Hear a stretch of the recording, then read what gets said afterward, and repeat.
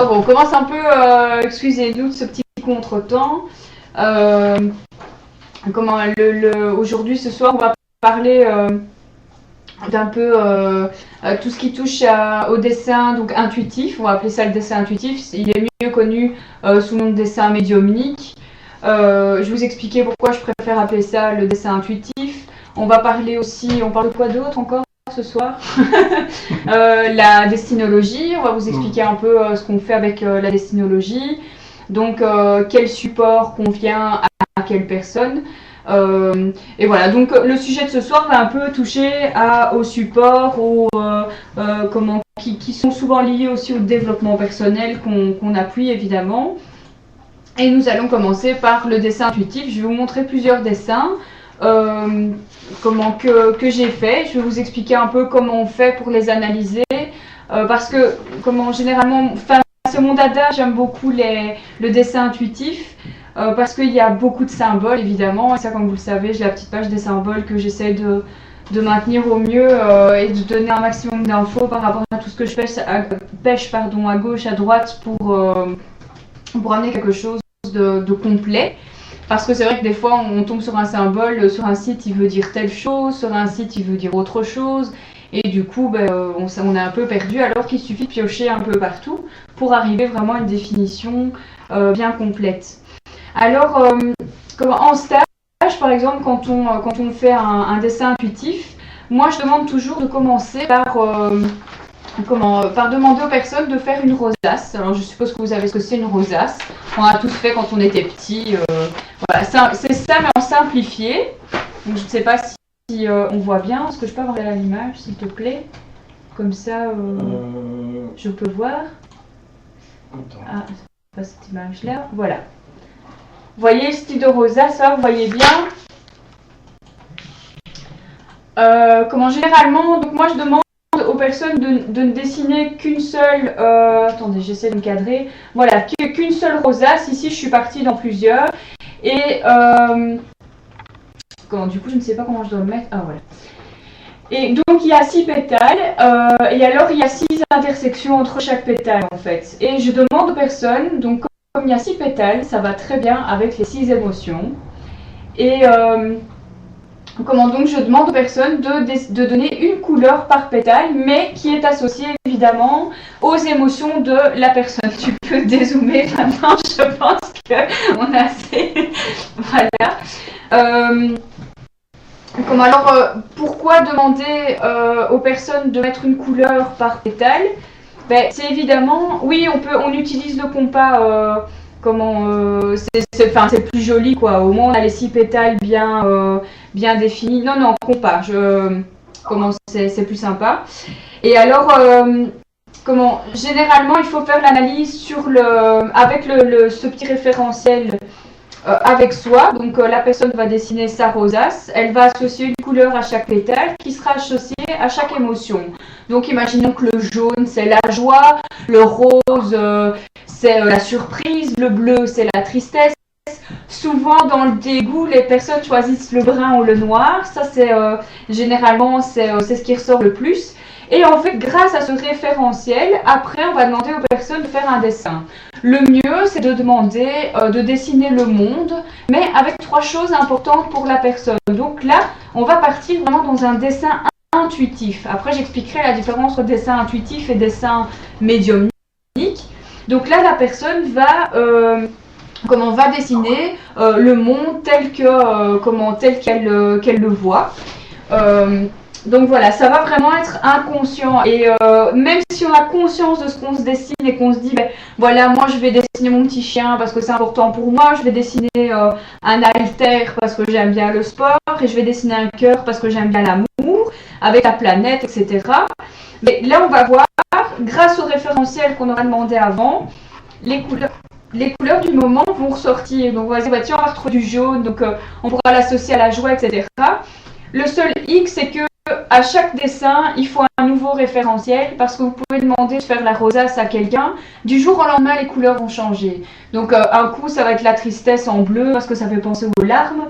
Et une autre fois, elle va la mettre en rose parce que elle n'aura pas réfléchi aux larmes et elle va la mettre en rose. C'est très aléatoire en fait le choix des couleurs, et ça change évidemment en fonction de l'humeur.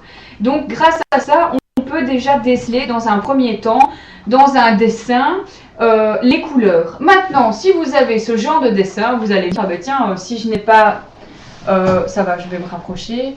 Voilà, on peut tomber aussi sur ce genre de dessin, qui est totalement abstrait aussi, et qui n'a aucune couleur. Donc à ce moment-là, vous allez nous dire, bah, tiens, comment je fais pour déceler les émotions? Et bien là, donc après les couleurs, au niveau de l'analyse, on peut se baser sur, ici on voit généralement un dessin en noir et blanc, il y a des nuances. Donc on va voir que, vous voyez que, attends, je suis du quel côté? Par ici, on voit qu'il y a une assistance sur le contour, et si on le regarde comme ça, pour vous, excusez-moi, moi je suis à l'envers, on dirait l'entrée d'une serrure. On voit ici, voilà, ça dépend, il faut le retourner aussi, parce que des fois, comme c'est l'inconscient qui travaille, on va voir vraiment plein de choses, mais ça peut être à l'envers, à l'endroit, et des fois quand on retourne le dessin, c'est incroyable ce qu'on peut trouver. Ici, on peut peut-être apercevoir une porte. Donc voilà, donc là je peux l'associer à ma serrure, voir qu'elles sont à l'opposé. Donc là, on peut déjà commencer à chercher. Je pense que quand on commence à analyser un dessin, on peut déjà chercher, on part toujours de ce qu'on connaît. On va dire, bah, tiens, moi je reconnais une porte ici, je reconnais par exemple la langue d'un serpent là-bas. Ici, tiens, ça a été plus appuyé, donc ça veut dire qu'il y a plus d'importance. Là-bas, c'est plus clair, donc il y a moins d'importance. Donc voilà, après les couleurs, moi je dirais regarder l'appui des traits, comment ils ont été faits, s'ils sont grossiers, s'ils sont bien dessinés, ou alors s'ils sont hachurés comme ça, donc c'est pas vraiment continu, mais qu'il y a plutôt une ligne qui est faite en plusieurs traits. Et après, généralement moi c'est comme ça que j'analyse, et après je commence à voir les symboles. Donc voilà. Oui, selon parce que je regarde en même temps, si tu pouvais laisser ces pages-là ouvertes, ça m'aiderait. Selon l'angle, la position change. En stage, on a eu une expérience, c'est que on a eu un jeune homme qui a fait un dessin, et il s'était même pas aperçu, il y avait 2 chiffres, même 3, qui ressortaient vraiment très fort. Mais ils ont été faits inconsciemment, c'est quand on lui a retracé, et c'était la grosse base de son dessin en fait.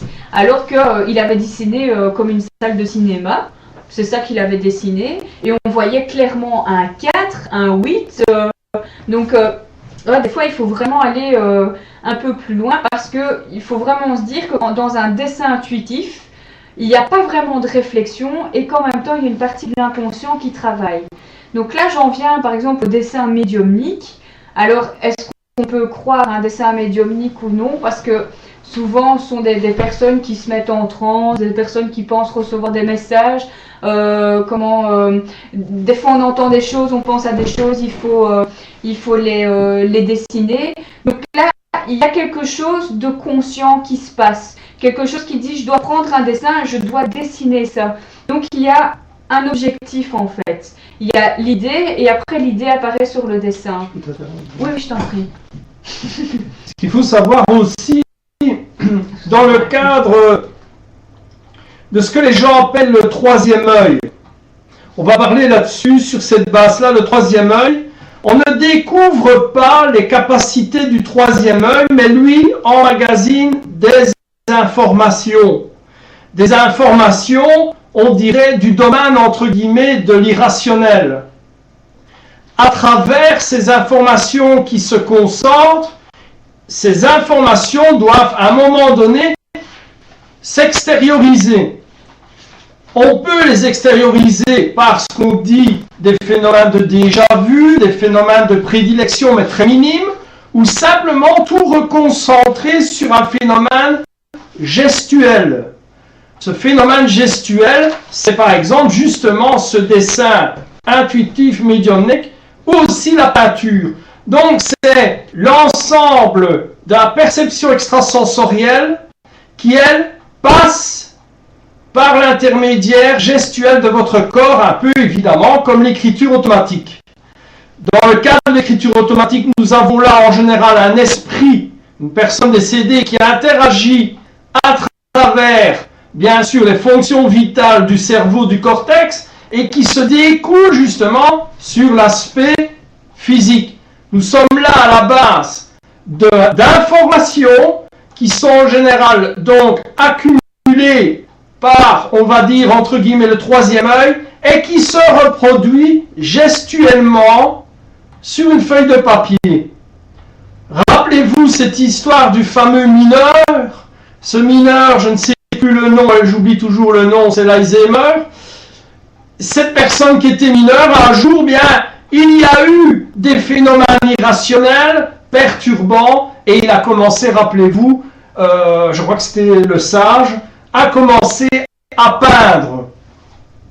Donc, il y a des fusions. Je te laisse continuer. Oui, donc ici, je vais peut-être répondre à la question d'Equinox. C'est peut-on faire un blocage sur l'écriture automatique et par conséquent sur les dessins médiumniques? C'est vrai que les deux se rejoignent un peu parce qu'il y a un côté, voilà, quand on dit écriture automatique, dessin médiumnique, on pense directement à l'automatisme et à l'inconscient des choses et que ça soit, je ne sais pas moi, une énergie qui nous parle ou des messages qu'on aurait mis sur papier, etc. Donc oui, effectivement, on peut faire un blocage parce que il y a une question déjà de une certaine ouverture. C'est aussi peut-être, il y a des personnes qui stressent par rapport à ça.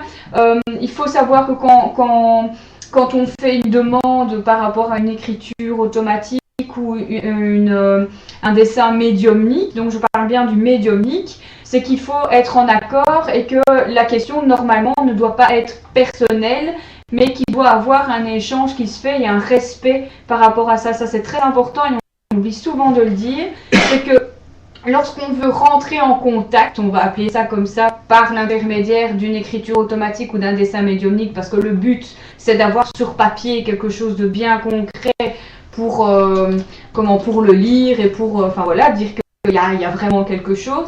C'est qu'il faut se dire qu'on est là pour un échange et pas pour juste une satisfaction personnelle de recevoir un message ou d'avoir des réponses. D'ailleurs, la plupart, les personnes qui font véritablement l'écriture automatique reçoivent parfois des messages qu'ils ne comprennent pas du tout. Ça peut être dans une autre langue, ça peut être des phrases mais totalement qui ne disent rien à la personne. Et généralement, on est déçu quand on a ce genre de choses parce qu'on se dit tiens, je n'ai rien reçu parce que je voulais parler à telle personne et je ne l'ai pas eu. Parce que ça partait vraiment d'une attention personnelle. Bon, maintenant, ça, c'est le cas de l'écriture automatique, l'écriture médiumnique. Donc oui, on peut avoir un blocage. Maintenant, ce qui peut se passer en dessin intuitif, parce qu'on est dans un dessin intuitif, ça peut être l'écriture intuitive aussi. Personnellement, moi, ça m'est déjà arrivé. J'ai donné un exemple ici. Je peux avoir l'image, s'il te plaît? Puis rien d'enfant, je chipote à tout. Comment j'en suis arrivée à avoir des écritures, des dates, ce genre de choses. Et je suis parvenue à retrouver des liens, pas tout de suite évidemment, parce que ça fait partie de la synchronicité dont on parlera aussi tout à l'heure avec Willes. Et ça aussi, j'entre ça dans les dessins intuitifs, parce que on peut parfois avoir... on dessine quelque chose, mais il peut y avoir un chiffre qui nous tient à cœur ou un chiffre qui nous poursuit. Et donc, les chiffres ou les lettres aussi, ou un prénom, et tout ça entre aussi dans l'analyse. Moi, parfois, quand on a fait la méditation de l'étoile, etc., j'ai eu un prénom, ou du moins un pseudo de quelque chose. Bon, sur le coup, je ne sais pas, peut-être que plus tard, je saurai ce que ça veut dire. Donc, généralement, les dessins intuitifs, avec qui ils marchent le mieux, je tape dans le mille, c'est avec les enfants. Là, qu'est-ce que vous savez voir par rapport aux dessins, par rapport aux enfants? Généralement, ça c'est le coup classique, un enfant qui ne va pas très bien, qui est suivi, etc. On lui demande de dessiner et grâce à ce qu'il va dessiner, on pourra... mais même, j'en reviendrai après pour les adultes... parce que les enfants ont plus facile, parce que pour eux c'est normal de faire un dessin. On leur demande de dessiner, ils vont faire un dessin pour maman, pour papa, on va leur dire dessine ta chambre, ils vont dessiner leur chambre quelquefois de manière totalement imaginaire ou quelquefois de manière très réelle, et ça on verra aussi là on pourra déjà voir la personnalité des enfants. Donc le dessin intuitif permet aussi de voir la personnalité de la personne. Donc il y a une différence, pour ça j'ai fait des dessins différents pour bien vous montrer. c'est que vous avez une différence entre ce genre de dessin-là qui est quand même un peu plus fouillis, donc on ne sait déjà pas dans quel sens on peut le voir. Je ne sais pas si vous voyez bien le dessin, donc on ne sait pas vraiment voir dans quel sens il va, parce qu'en fait tous les sens fonctionnent, parce qu'on voit apparaître certains symboles. Là ici, attendez, j'essaie. Là, ben voilà, si je prends le plus foncé, on dirait un papillon. Par contre, si je le regarde comme ça, on ne dirait plus un papillon. J'ai justement une question qui est intéressante. On parlait à la dernière conférence, rappelez-vous, que tu avais pris un bic et tu avais dit que le bic, on le voit que d'une seule manière. On le voit d'une seule manière, tandis que je pourrais le voir comme ça, comme ça, comme ça. On peut reproduire ce phénomène justement sur le dessin. Exactement. Car ça nous oblige avec ce dessin à le voir, alors on va dire, à 4 dimensions. Si on reprend, quand je dis les 4 dimensions, on a 1, 2, 3, 4. Ce qui veut dire que nous avons là un champ qui est sur 4 dimensions. C'est relativement intéressant. Déjà que nous pourrions partir à ce moment-là sur la théorie de A jusque B, le chemin le plus court, c'est ceci. Il y a probablement une codification à retrouver là-dessus et sur certaines théories. Vas-y. Donc voilà, je voulais en venir que vous pouvez avoir des personnalités totalement différentes. Voilà, ça c'est voilà, c'est encore un que j'ai fait, mais de manière aussi totalement, c'est au début, hein, donc c'est pour ça que j'aime bien de les reprendre maintenant, parce que avec le recul et l'analyse, je peux repérer plus de choses maintenant. Là, on voit qu'il y a un dessin beaucoup plus structuré et très symétrique en fait. Donc là, on peut peut-être voir l'état d'esprit dans lequel est la personne, quelqu'un de très de très droit, ordonné, ou alors, enfin, ou c'est ce qu'elle recherche. Donc ça, c'est aussi en parlant avec la personne qu'on va repérer les choses. Donc là, on voit vraiment qu'il y a une différence, même si ça a été fait. Ces deux dessins, je les ai fait, voilà, je les ai fait moi-même, mais ils ont vraiment deux ambiances totalement différentes. On peut partir dans vraiment plein de choses. Ce qui est intéressant aussi pour ça, on va peut-être rentrer en même temps dans le cadre de comment choisir son support, c'est que par exemple moi je m'étais lancée dans la création de mon propre jeu de cartes, et ça aussi d'après les dessins, d'après ce qu'on aime comme couleur, d'après voilà, hein, je peux montrer, j'avais fait, il n'y a pas de secret, j'avais fait sous le thème du Petit Prince. Et donc j'avais commencé à créer mes cartes en me disant tiens, je vais les plastifier et je vais créer mon propre jeu et mon propre support par rapport à ça et par rapport à tous les symboles qu'il y aura dessus. Donc on voit le renard, etc. Et il ne faut pas forcément être un excellent dessinateur, hein. Il y a des cartes, ça existe d'avoir des cartes avec des taches dessus, et ça a toute une signification comme idée. Et moi je sollicite justement ce genre de support parce que c'est vous qui l'avez créé et c'est votre propre support. Maintenant on est là aussi pour vous. Des fois on va dessiner une carte, on ne sait pas du tout les cartes de designer, on en reviendra après. Justement, je pense que je les ai ici. Tu vois, des fois, je les ai pas mises très loin, hein, elles sont ici. Je pense que les cartes designer sont relativement utiles pour cibler et focaliser nos ressentis, nos trajectoires émotionnelles et nos projections divinatoires. Je crois que c'est vraiment des symboles relativement simples, très efficaces, et on ne sait pas aller par 4 chemins, je viens de le dire avec ça. On les a utilisés au dernier stage le week-end passé, et je vous invite, vous n'êtes pas obligé d'en acheter, vous les faites vous-même, si tu sais les montrer un petit peu. Mais voilà, les cartes designer, en fait, c'est un principe. Je pense qu'à la base, ce sont quand même des enfants qui ont créé ce jeu de cartes, si je m'abuse. C'est un chercheur américain, mais bon, probablement que... ça a été basé... C'est des symboles qu'un enfant peut utiliser aussi. Parce que la recherche dans les années 70 était basée pas uniquement sur des adultes, mais des adolescents, des enfants, c'est clair. N'oublions pas que quand les cartes de Zener ont été inventées, c'était encore l'époque de la guerre froide. Il y avait encore et toujours, entre les pays, les gros pays, encore et toujours une recherche sur le paranormal, l'irrationnel, le travail psychologique. Donc évidemment... Donc voilà, les cartes de Zener, donc Zener c'est Z-E-N-E-R.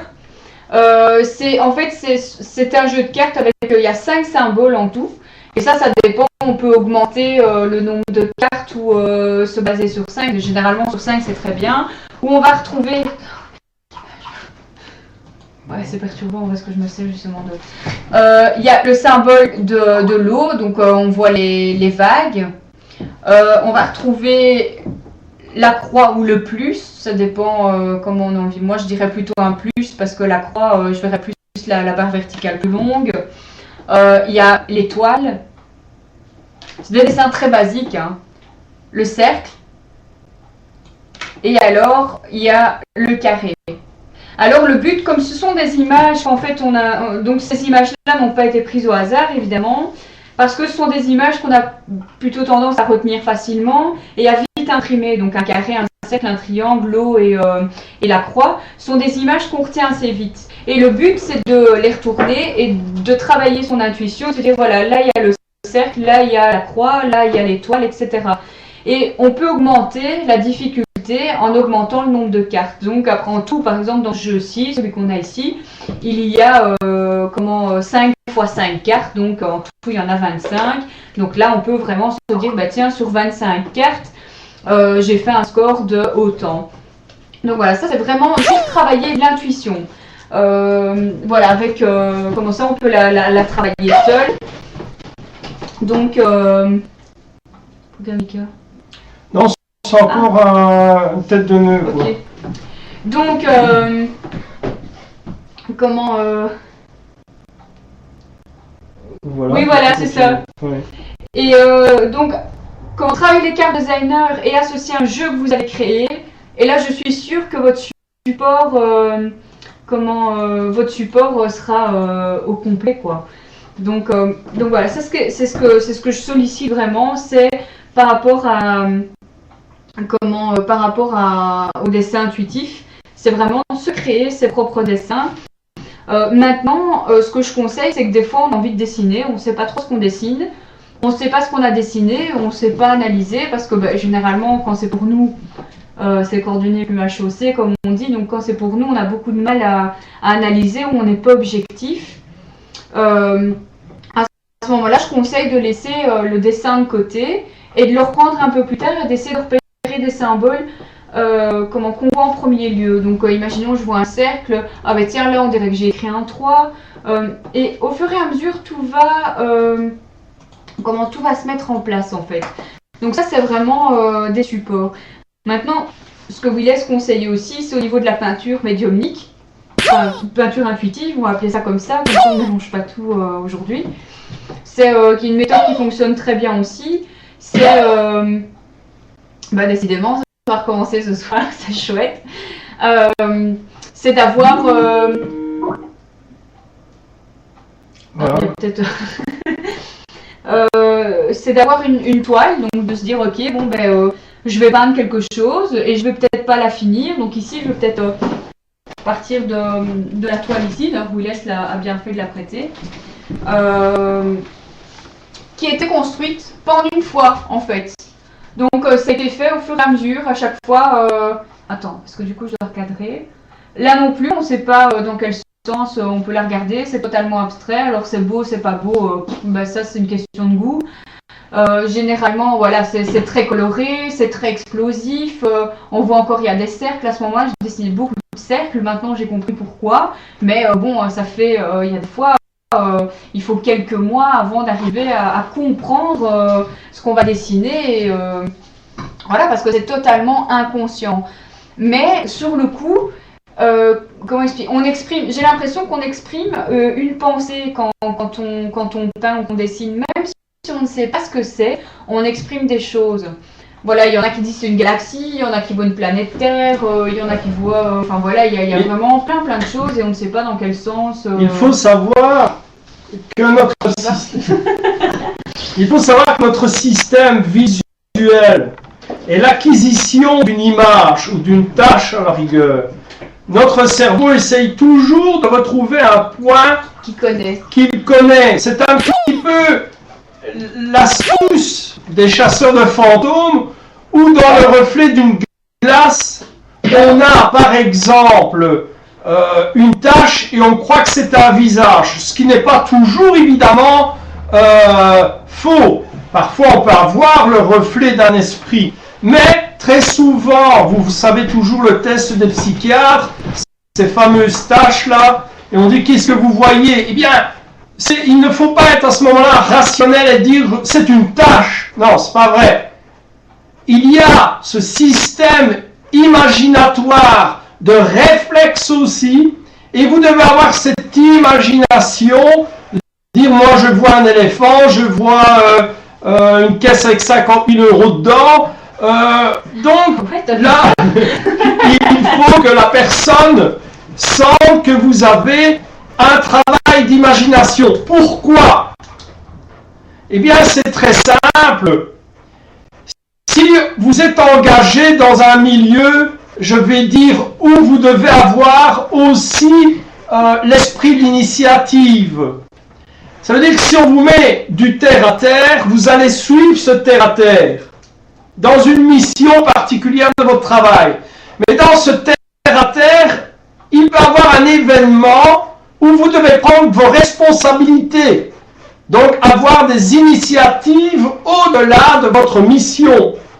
C'est ça qui est important et qui fait en sorte que l'entreprise où vous travaillez, eh bien, ont des éléments fiables. Donc des éléments qui savent garder le terre à terre, mais agir quand il y a un facteur, je dirais, non attendu. Donc notre cerveau, je ne vais pas faire aware, notre cerveau, lui, doit anticiper, imaginer et passer au-dessus de certaines barrières quand il y a des moments où des événements perturbent le quotidien.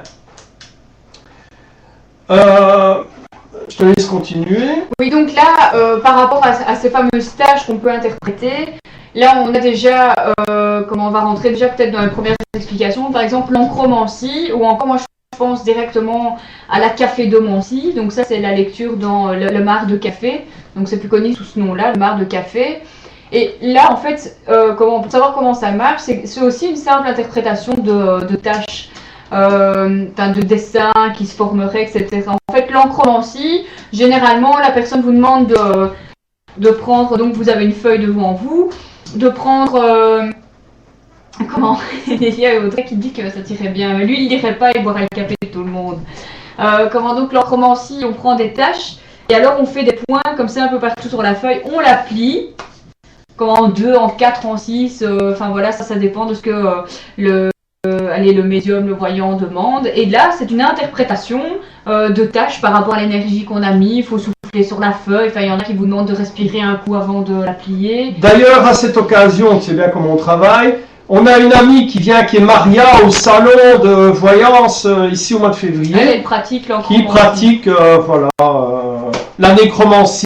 Non, l'encromancie, c'est différent, c'est l'encromancie. L'enchronomancie, romancie. Et non, black. Mais donc elle sera là au salon pour. Donc, et il y a aussi donc le marc de café. Comment ça fonctionne, c'est que on fait bouillir du café avec beaucoup de café. Enfin, il y a plus de café que d'eau en fait là-dedans. Et alors, on le verse dans une tasse. Donc, on doit le boire. Bon, généralement, on recrache parce que c'est vraiment trop fort, c'est pas très bon. Et il vaut mieux recracher de toute façon. Et après, on laisse sécher l'encro-ulcéromancie après. Non, oui, c'est ça. Après, on l'encro-ulcéromancie. Donc, c'est ça le trou noir maintenant.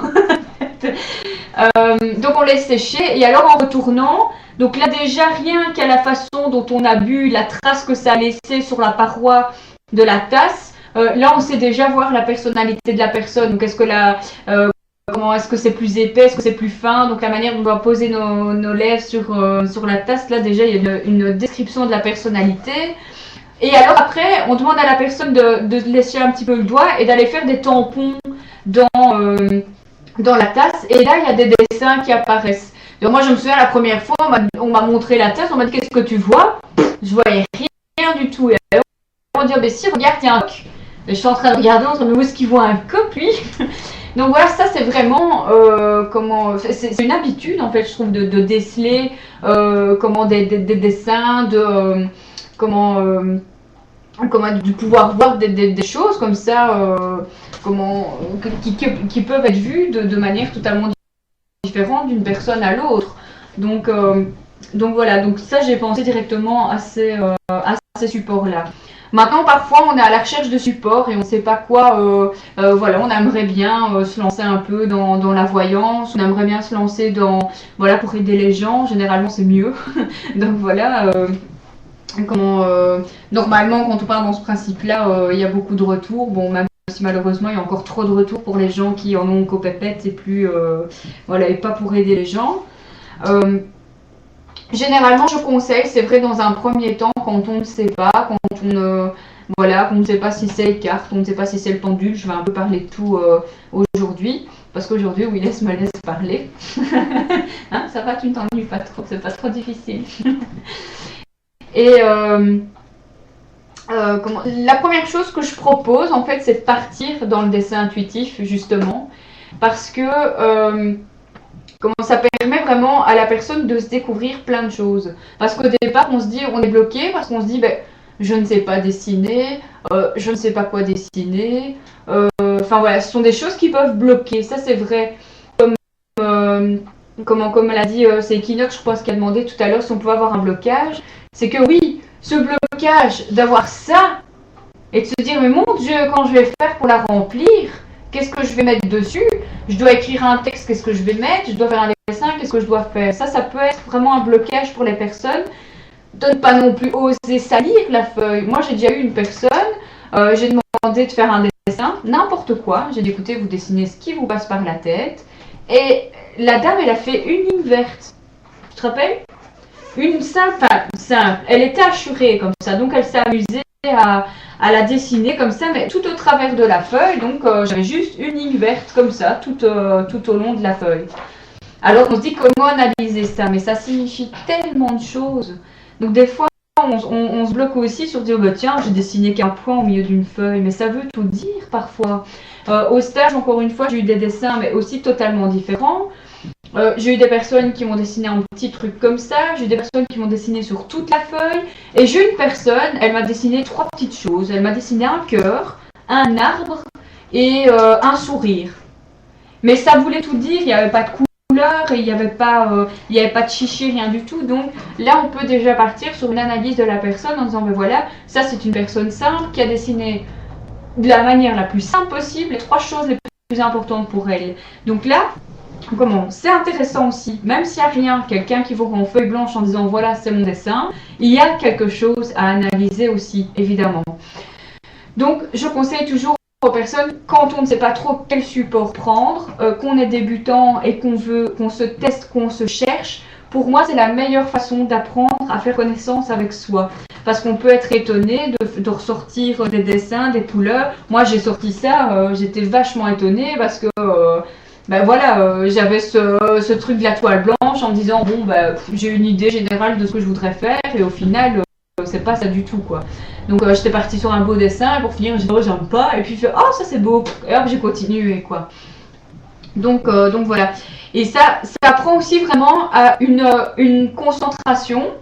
C'est une concentration et en même temps c'est un laisser aller. Et on en ressort généralement on est bien, on est content de ce qu'on sort. Bon, il y a des trucs moins beaux, hein. Je vous montre un truc très moche, mais qui pour moi avait toute sa signification sur le moment même, ça je l'ai très bien compris.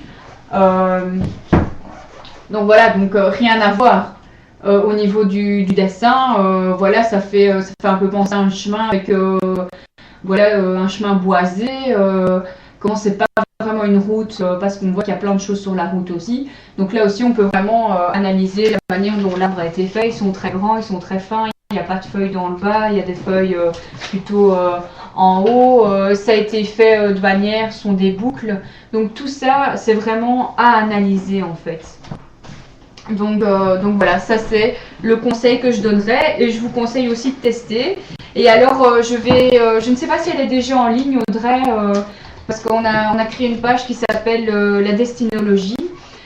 Et justement là je vous inviterai, si vous le souhaitez, de publier vos dessins. Et on fera donc quand même avec les autres de l'équipe, Chouchou, Parmera et tout ça, ils aiment bien aussi interpréter, mettre leur petite interprétation qui est toujours très intéressante. Les interprétations de tout le monde sont intéressantes parce que, comme on a dit, il y a plein de façons de voir les choses. Donc là, c'est un groupe exprès donc pour mettre tout ce qui touche au dessin, que ce soit des questions sur votre support. C'est vraiment une page exprès d'analyse, de déduction, etc. Parce que ça, c'est mon dada, je me lance un peu là-dedans. Donc voilà, en ce qui concerne les dessins intuitifs, je ne sais pas si tu veux dire quelque chose avant que je continue.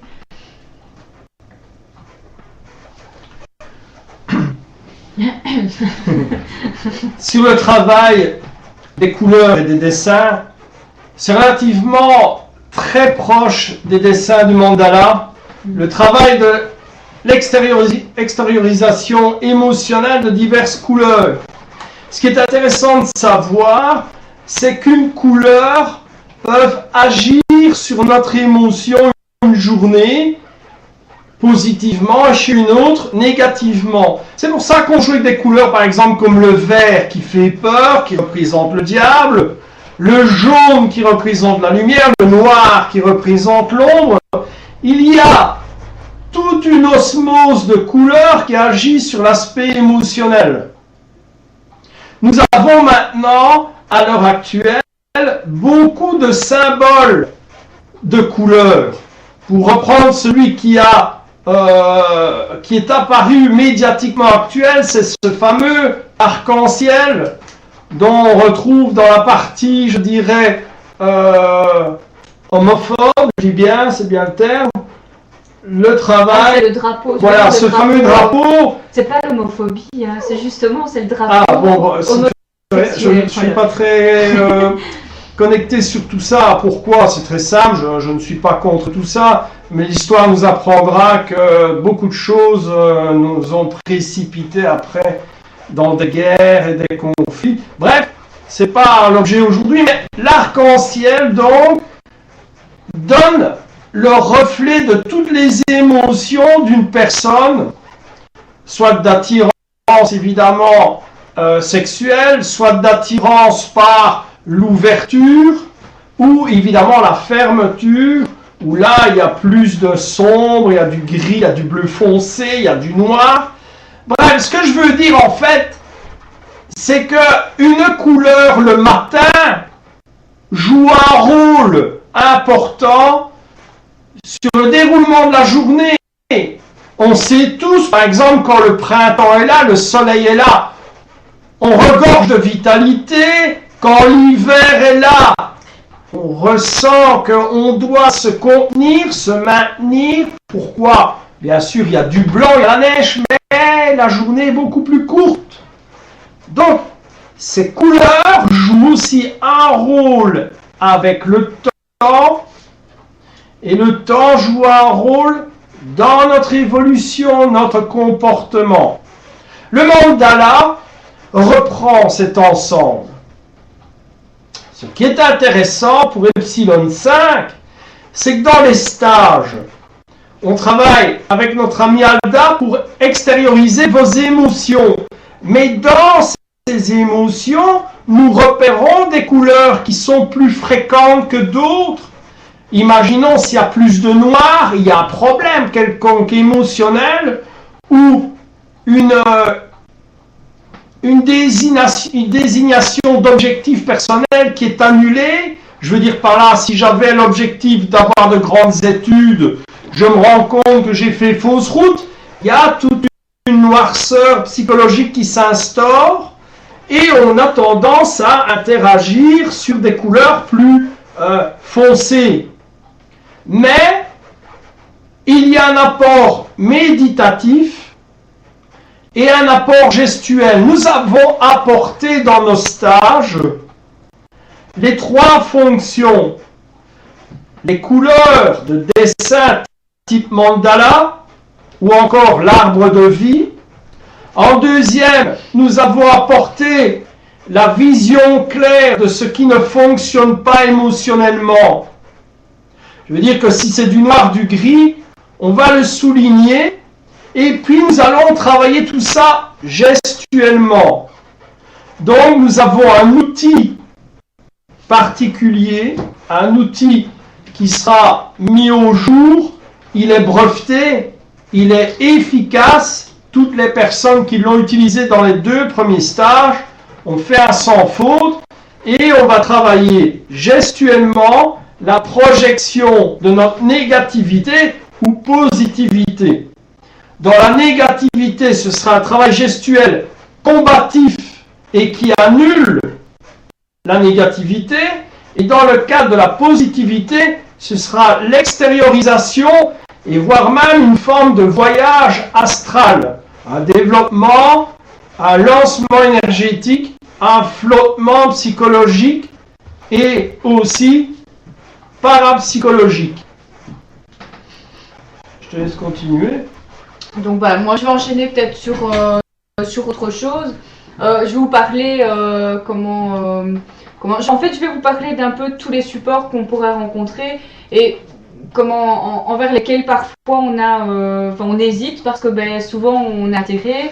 Il y en a un moins connu, c'est tout ce qui est géomancie ou les chories. Donc je les mets ensemble parce que c'est à peu près le même principe. J'ai un exemple ici. Je sais pas si on va voir, c'est des petites pierres. C'est vraiment des petites pierres, c'est un choix. Généralement, il vaut mieux prendre, je sais pas si on va voir parce que c'est la même couleur que mes ongles. Attends, tu veux que je... Ouais, tiens. Non, c'est là-bas. Voilà, c'est des petites pierres qu'Audrey nous a envoyées, mais qui sont très chouettes à travailler aussi. Alors là, le nombre, la forme, les couleurs, ça c'est vraiment... je sais pas si on voit quelque chose avec la lumière, soit. Ce sont des petites pierres, pour ceux qui n'ont pas bien vu, ce sont des toutes petites pierres. Il y en a qui prennent des plus grosses, il y en a qui sont dorées, des roses, des mauves, on en voit vraiment, comme on dit, de toutes les couleurs. Encore une fois, ça c'est une question de goût, de choix émotionnel sur l'instant, qu'on se dit tiens, on est attiré par une pierre verte tout d'un coup. Et ça, généralement en géomancie, il n'y a pas vraiment de règles. Ça c'est vraiment toute une interprétation toute une interprétation assez personnelle. C'est assez compliqué parce que il n'y a pas 2 pierres pareilles. Donc c'est ça qui est généralement quand on a une vraie pierre, elle est unique. Elle est tirée d'un seul unique bloc, on la coupe et donc ça déjà donner cours vraiment à 100% de géomancie en disant voilà telle pierre, quand elle est forgée de telle façon, ça veut dire ça. Pour moi c'est impossible. Il n'y a pas vraiment d'interprétation à la forme de la pierre. Maintenant, c'est toute une question, en fait, donc la géomancie, pour moi, ça va aussi un peu avec la géoquantique. Moi, je trouve ça intéressant et je suis hallucinée par les personnes qui font ça parce que là, c'est vraiment, c'est toute une question de position, en fait. Donc là, ils demandent à la personne, donc, encore une fois, le nombre de pierres, je sais pas. Moi, j'ai fait des courris, je pense que j'en avais une 30aine en main. Après, je suis passée faire de la géomancie parce que l'avantage, quand on fait des salons comme ça, on va se voir un peu chez tout le monde et on découvre les nouveautés. Et après, au niveau de la géomancie, il y avait une dizaine de pierres, donc mais la technique était pareille, c'était de prendre les pierres en main et de les lâcher, simplement. Et alors, à la façon dont elles vont se disposer dans le petit, donc généralement, on dirait qu'il y a une petite arène, comme ça, avec un tapis, pour ne pas abîmer les pierres, ou ne pas abîmer non plus le banc ou la table sur laquelle on travaille. Généralement, c'est bien d'avoir un petit tapis de velours, comme ça. Et en fonction donc de la couleur, est-ce qu'elle va être près du bord, est-ce qu'elle va être près d'une autre couleur, est-ce qu'elles vont former un arc de cercle, est-ce qu'elles vont être en paquet dans un coin. Donc tout ça a une signification et je pense que la signification est vraiment propre à l'interprétation de la personne. N'oublions pas que ces pierres ces pierres servent dans un aspect prémonitoire. Rappelez-vous les morceaux, les osselets, rappelez-vous les os de poulet, et ainsi de suite. Mais nous ne devons pas oublier quelque chose d'important.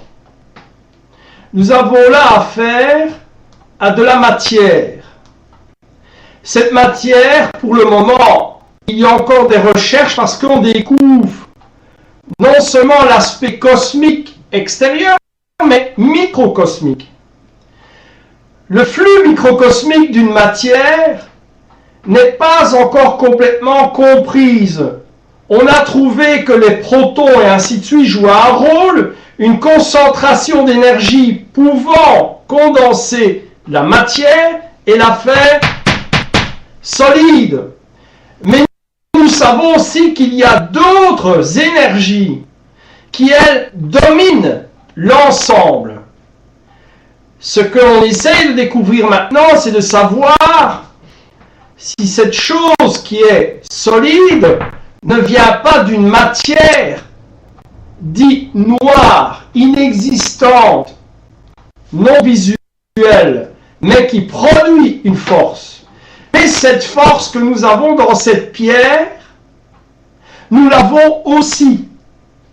Nous sommes constitués de matière, idem, ce qui veut dire que nous pourrions là toucher l'apport du porte-bonheur, qui quand nous avons un objet sur nous, il y a fusion de la même énergie, un assemblage, un travail de protection.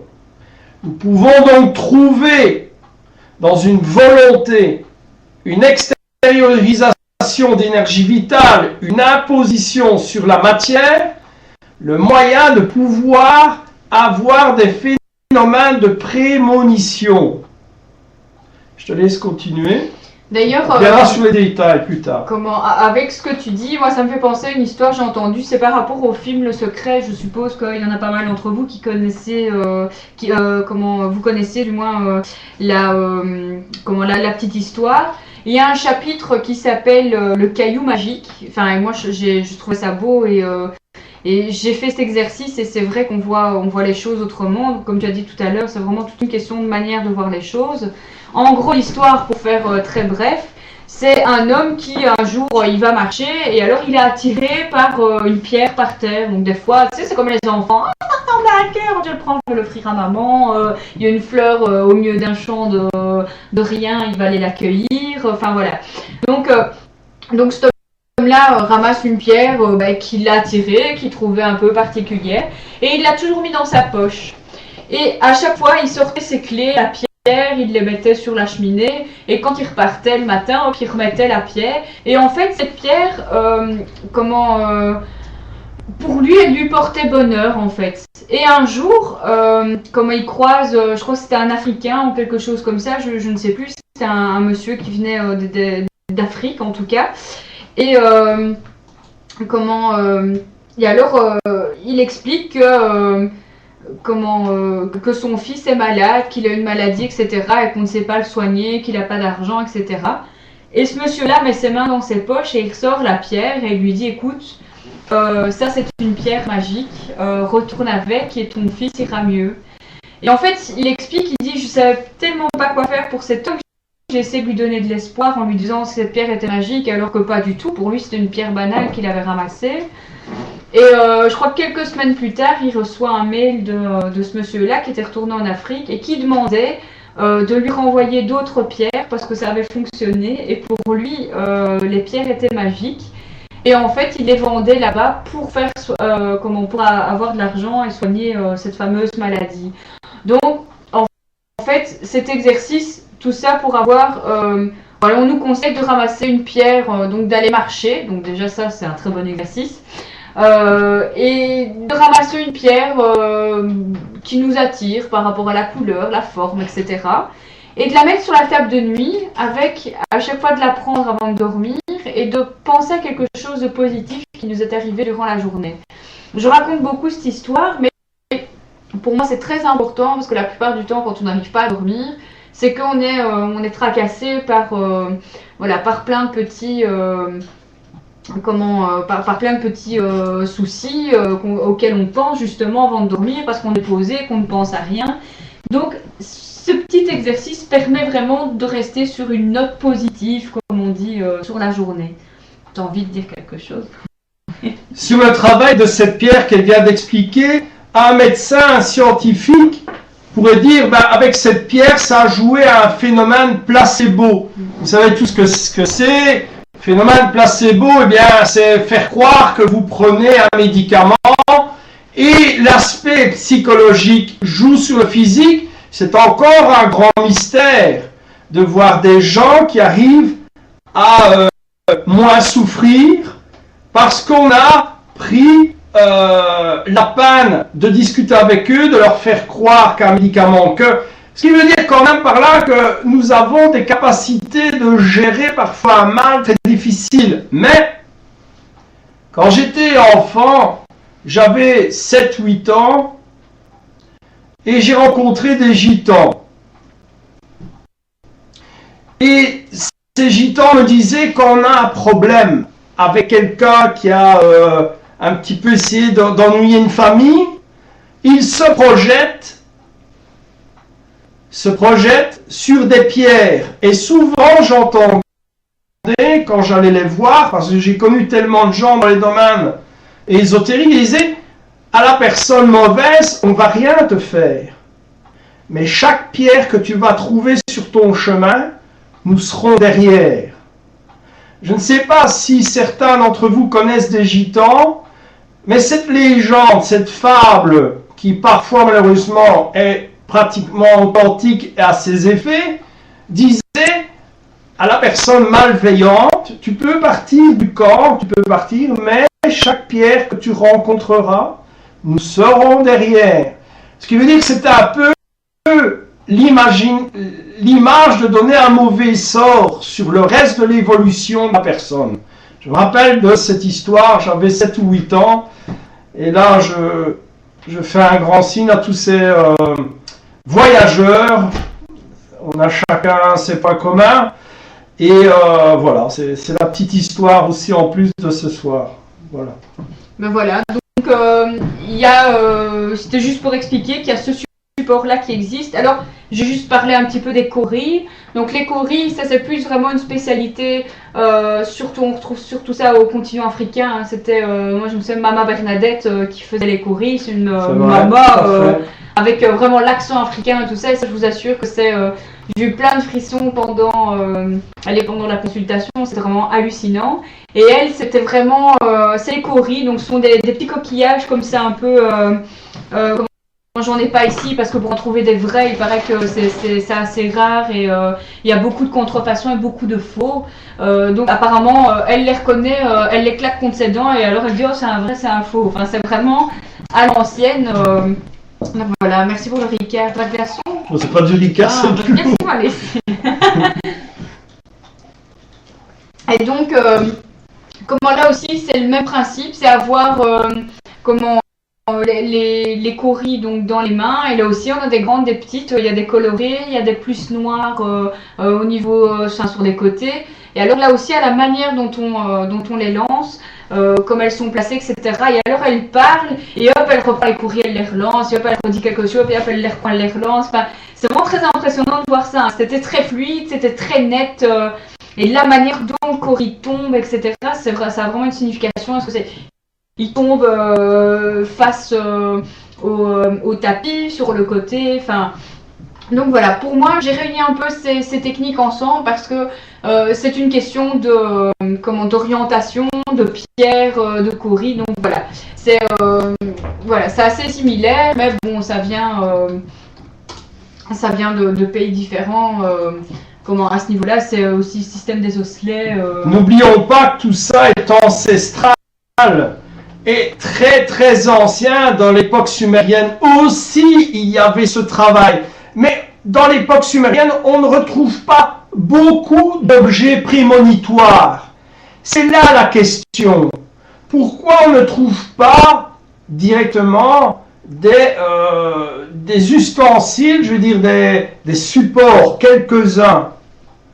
Peut-être qu'ils avaient déjà eu une connaissance directe, une connaissance mémorielle, psychologique.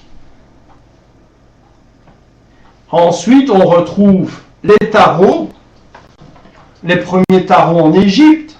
On sait qu'il y a eu des déplacements par rapport aux Sumériens vers d'autres pays. Donc, ça a été retraduit par des images comme celle-ci. À la base, le tarot ne comptait que 6 cartes. Mais ça, c'est pas un tarot. Hein, non, mais c'est pour expliquer. À la base, ça ne représentait que 6 cartes. Dans les 6 cartes, il y avait 2 dieux. Une déesse et un dieu. On expliquera après les cartes de cette épaisseur-là quand même. Oui, c'est ça, c'était sculpté dans la pierre, etc. quoi. Donc ici, donc en restant dans la pierre, je vais quand même parler un petit peu du pendule, qui est aussi un support, on va dire un support divinatoire très connu. Et là, on utilise le pendule pour plusieurs choses, que ça soit pour calculer le taux vibratoire d'une personne. Donc ça, à ce moment-là, on prend, ça c'est plus Marilyn, c'est plus son domaine, donc c'est grâce à elle que j'ai un petit peu de connaissance au niveau du pendule, parce que moi personnellement c'est pas du tout mon truc. Alors oui, il réagit, mais quand faire, enfin voilà, je trouve joli, pour moi c'est un bijou quoi. Donc voilà, je montre un peu, c'est un exemple de pendule qu'on a ici. Donc voilà, donc c'est une espèce de résine. Je sais pas si l'image est très nette, et à l'intérieur en fait il y a des petites pierres, et on les aime beaucoup parce qu'ils sont assez réactifs en fait. Alors comment savoir si vous êtes fait pour le pendule? Alors c'est déjà, on est attiré, donc encore une fois c'est une question de goût, c'est une question d'émotion. On est attiré généralement par un pendule, comme on est attiré par un jeu de cartes, comme on est attiré par, voilà, c'est souvent on est attiré par la couverture. Et donc voilà, imaginons, voilà, moi je le trouve joli, et généralement on le prend de la main de laquelle on écrit, donc si on est gaucher on va le prendre à la main gauche, droitier à la main droite, et on le place juste au-dessus de l'autre main. On essaye en moins de bouger. Alors idéalement il faut le tenir de cette manière-là, donc on laisse un peu pendre de l'autre côté, comme ça permet une stabilité au pendule et ça lui permet de rester droit. Et alors on le met au-dessus de la main, on essaie de ne pas bouger, donc on essaie d'avoir une position stable au niveau des bras, etc. pour ne pas avoir la tremblote. Donc bon, désolé, mais pour les personnes qui ont la Parkinson, le pendule on oublie. Donc voilà, c'est un peu d'humour, voilà. Mais bon, c'est vrai. C'est vrai, alors, comme notre ami ici dit, les baguettes de sourcils sont relativement efficaces. Ouais. C'est vrai que c'est encore utilisé maintenant, hein. Il y a encore des gens qui font appel, et encore des jeunes couples qui vont construire, qui vont investir, et qui appellent encore le sourcier du coin avec ses baguettes. C'est toujours d'actualité, bien sûr. Donc voilà, je continue. Donc pour voir déjà, parce qu'il y a des personnes, le pendule ne leur correspond pas parce qu'ils ne réagissent simplement pas. Donc il y a des personnes qui n'ont pas c'est pas une question de don ni de taux vibratoire, etc. C'est une question que chacun a son support en fait. Donc chacun vraiment a son domaine, et comme on l'avait déjà expliqué, généralement c'est plus difficile de trouver un domaine, ou alors on se contente simplement de ceux qu'on connaît, alors qu'il en existe plein. Ici je vous présente mais le quart du tiers de ce qui existe. Bon, maintenant il y a beaucoup de variantes, hein. Il y a le pendule, on peut voir qu'il y a une chaînette, mais il y en a qui font un pendule avec un pneu de voiture, et ils s'entraînent tous les jours à la salle de body pour faire le pendule avec le pneu de voiture. Un pendule, ça peut être un bête fil avec un plomb au bout, hein. Ça marche aussi. C'est vraiment une question de... Parce que on l'a rendu un peu plus esthétique, mais généralement... Ils sont très jolis, ils sont très jolis. Ils sont très beaux, mais généralement un pendule, on voit plutôt que ça la forme d'un pic ou d'une goutte, comme ça. Ça, c'est le pendule traditionnel. On conseille le métal, voire l'or, parce que ça ne bouge pas, tandis que les pendules en cristal, ce qui risque d'arriver, parce que comme c'est une question de vibration par rapport au pendule, ce qui risque d'arriver avec un cristal et qu'on a un grand taux vibratoire, encore une fois, c'est une question de vibration et d'énergie, ça tout le monde en a.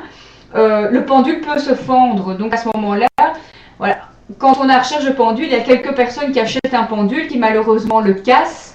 Rien que en le faisant, il se fend et puis à un moment, le bout se casse. Et à ce moment-là, on conseille plus un pendule en or ou enfin plaqué or, enfin vous voyez couleur métal comme ça on est sûr qu'il ne fissure pas, qu'il ne casse pas à cause de la vibration.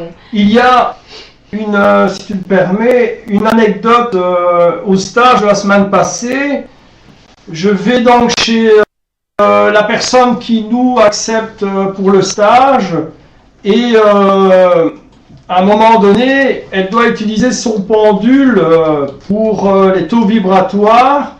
Et juste avant, je rentre, je prends un pendule, je dis tiens, je te donne un pendule. Elle me dit oui, ça me servira, mais quand, je ne sais pas. Et juste 2 heures après, elle fait tomber son propre pendule qui casse. Elle a dû servir de celui que je lui ai donné, tu te rappelles? C'est vrai. Et il y a tout un travail.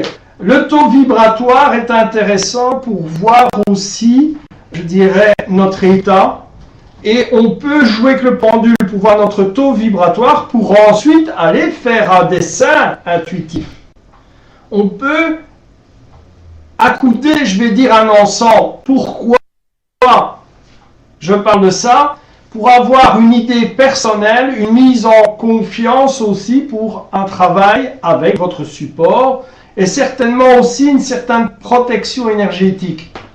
Un petit peu comme un baromètre qui vous dira tiens, aujourd'hui laisse tomber, aujourd'hui c'est bon.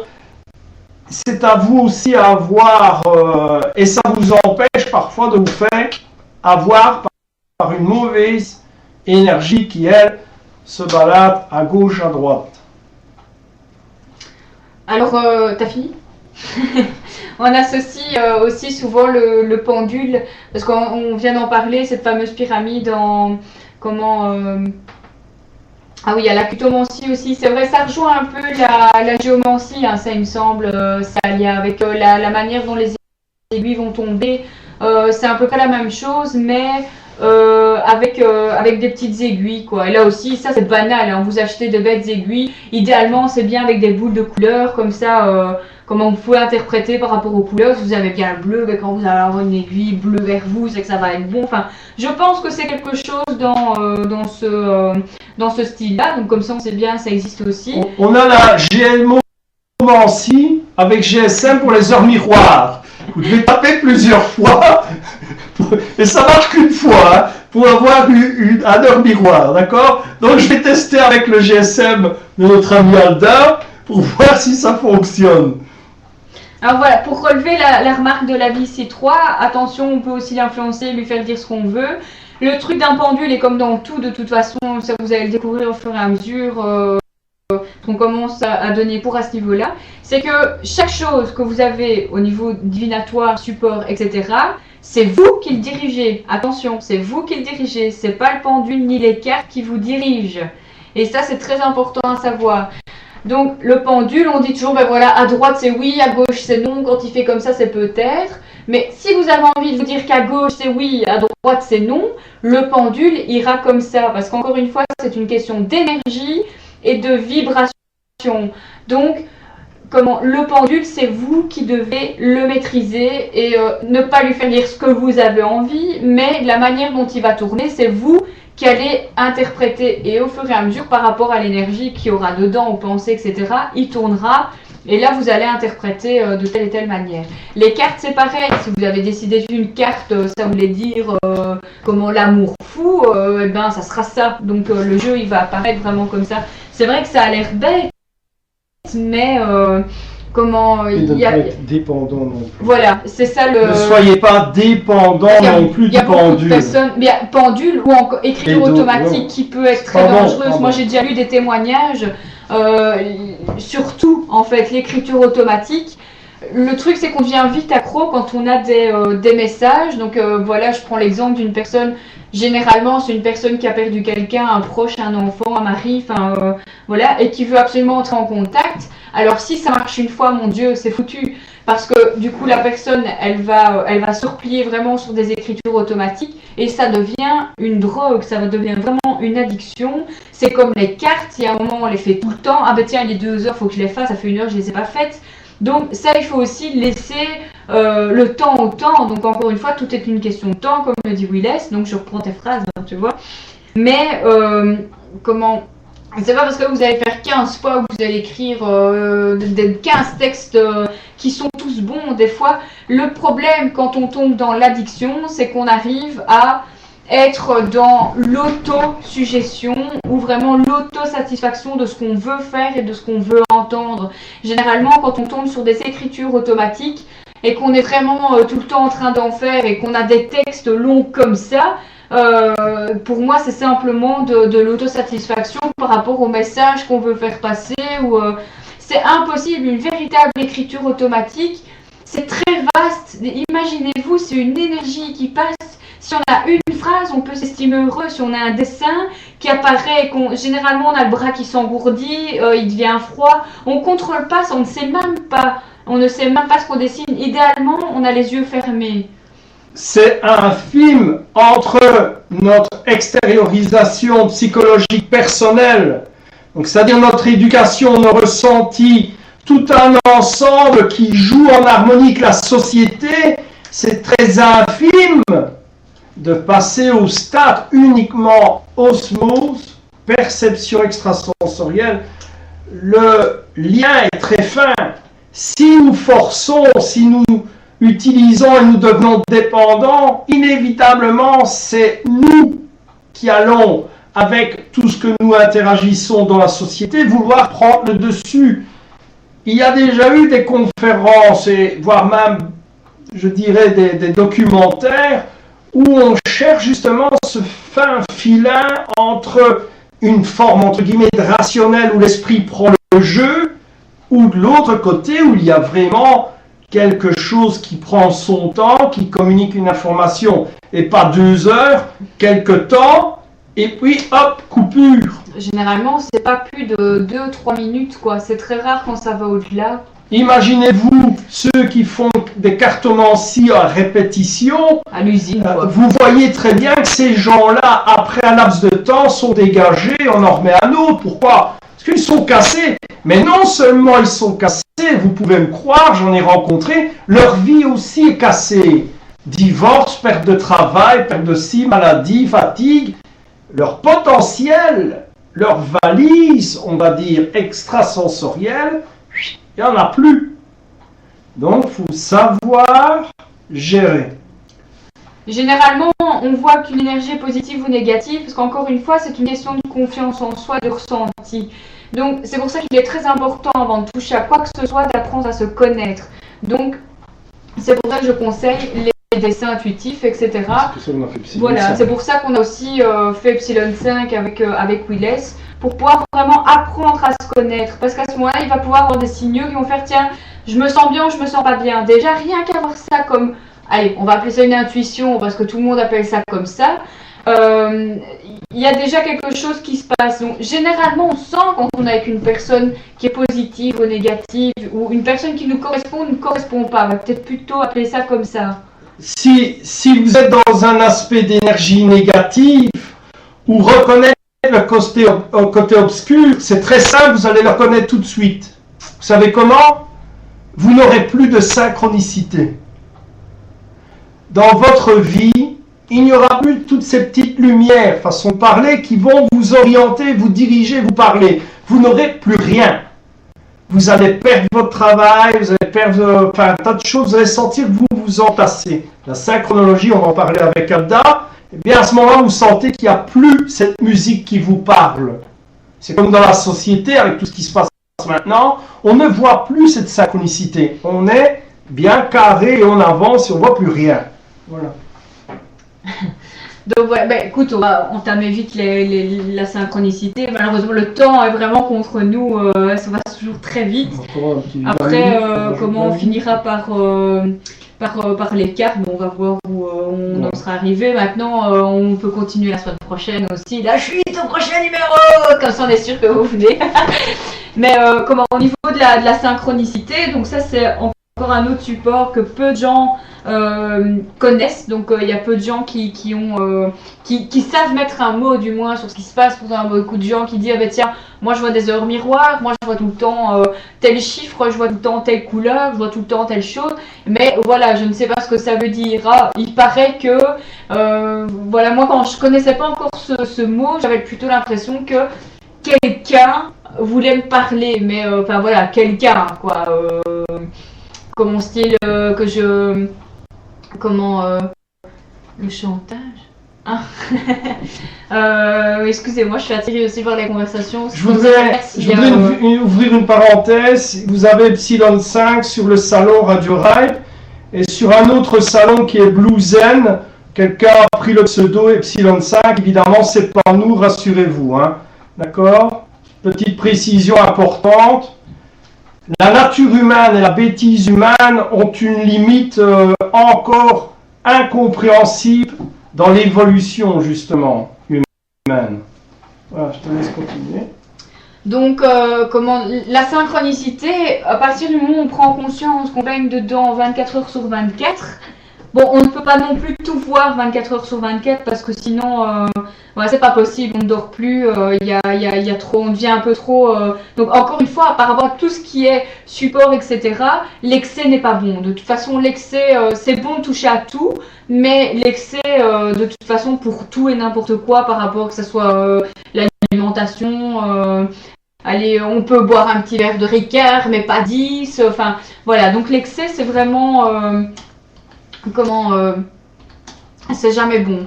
Donc la synchronicité, on est dedans 24 heures sur 24. Comment ça se passe? Je vais peut-être expliquer en gros. Je pense que ça serait bien de faire une conférence spéciale synchronicité. Ouais, parce que c'est tellement vaste à expliquer, tellement... pour moi, il y a beaucoup de détails qu'on ne peut pas passer à côté pour expliquer la synchronicité. À savoir les heures miroirs. Donc qu'est-ce que ça signifie?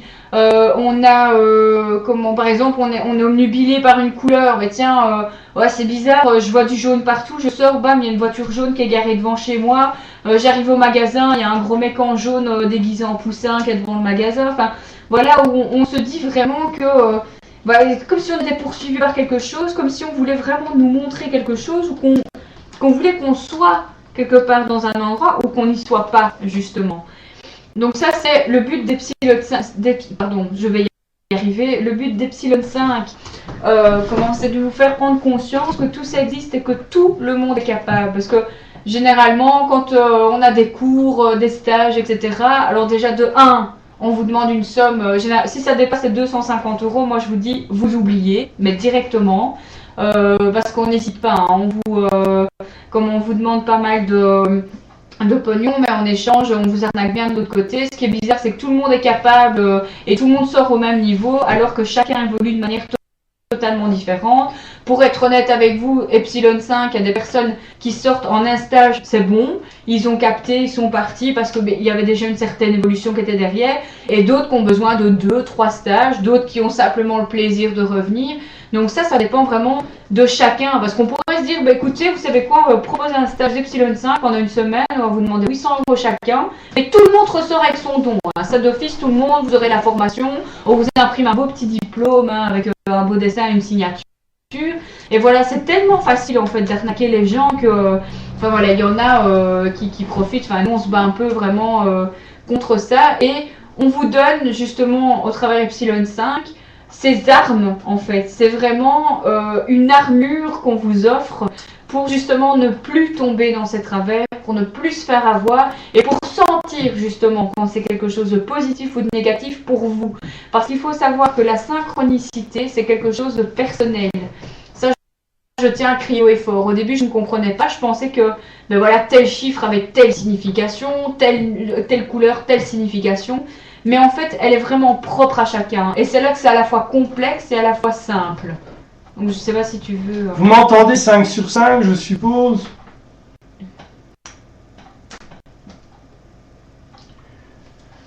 La synchronicité commence, on va dire, de base. Elle commence au moment où vous arrivez, vous rentrez dans la vie. Vous avez chacun une fonction à partir de la naissance jusqu'à la mort. C'est une trajectoire linéaire naturelle. Je dis bien une trajectoire linéaire dans le temps naturel. Dans cette ligne, vous devez voir aussi une courbe. Rappelez-vous ce geste. D'accord? Dans cette trajectoire de courbe, il y a des hauts qui sont des points centraux, qui sont des messages, je dirais, synchroniques, pour vous faire évoluer, et en bas, pour vous prévenir d'un problème. Cette courbe que vous avez au moment où vous allez naître, vous partez dans la vie, est perturbée par la société. Car votre synchronicité est perturbée par l'attention, par exemple, d'une publicité, par l'attention de différents apports qui jouent sur vos 5 sens, et là, se crée à ce moment-là un espèce de bug ou de relèvement, ce que vous appelez parfois le phénomène de déjà-vu. Je ne peux pas vous expliquer ce soir l'entièreté de la synchronicité, car il y a 3 formes basiques de synchronicité. Celle qui est naturelle, celle qui est temporelle, par rapport à quoi nous ne sommes plus là à une forme de synchronicité personnelle, mais je dirais universelle. Ça veut dire quoi? Ça veut dire que chaque peuple évolue, mais nous sommes tous sur la Terre. Donc vous avez une deuxième fréquence de synchronicité qui, elle, est connue, qu'on appelle la courbe historique. Rappelez-vous, les profs d'histoire, c'était une courbe qui descend. C'est la chute d'un empire, on remonte, on vient au-dessus. C'est l'époque de l'âge d'or, puis on redescend, c'est une guerre. Eh bien, cette courbe-là a été étudiée par les politiciens, par les historiens ou encore d'autres qui ont des facultés bien particulières. Et vous avez une troisième forme de synchronicité qui, elle, ne vient pas de la naissance vers la mort, mais elle devient de l'autre côté. Et elle interagit sur d'autres formes que j'aurai l'occasion de vous parler avec notre ami Alda dans une conférence bien précise sur la synchronicité. Retenez qu'il y a 3 formes de courbes précises. Une privée, on va dire une humanitaire, et une de l'autre côté qui fait l'inverse. On en parlera évidemment dans une conférence. Voilà, moi je propose peut-être de terminer par le support le plus connu. Évidemment, ce sont... Attends, j'attends les réponses. Allez, le premier qui répond. À droit une intégration, attention. Il faut savoir que le temps était linéaire. Il y a pratiquement 6000 ans. Il faut savoir que maintenant, dû à différents événements, nous tournons en rond. Ce que vous appelez le support au niveau du serpent qui se mord la queue, qui représente évidemment un temporel circulaire qui fait en sorte que l'être humain doit se retrouver. Il se cherche lui-même. Il tourne en rond. Je suis celui qui est. Je suis celui qui est. À chaque événement perturbant mémoriel, forme de déluge, réchauffement climatique, il y a une cassure, et là c'est seul l'endroit où on peut s'évaporer et remettre un temps linéaire. C'est pour ça qu'on a créé le programme Carbo ou encore le programme Indigo. Mais ceci est une autre histoire évidemment. Je vous laisse la surprise. Okay. Donc le support le plus connu dans tout ce qui touche au divinatoire, etc., ce sont les cartes. Donc voilà, j'ai plusieurs jeux ici. Je vais vous expliquer un petit peu ce qu'on y retrouve, pourquoi personnellement je les ai choisis, parce que voilà, tout ce qu'on vous explique ici est évidemment partie d'un vécu.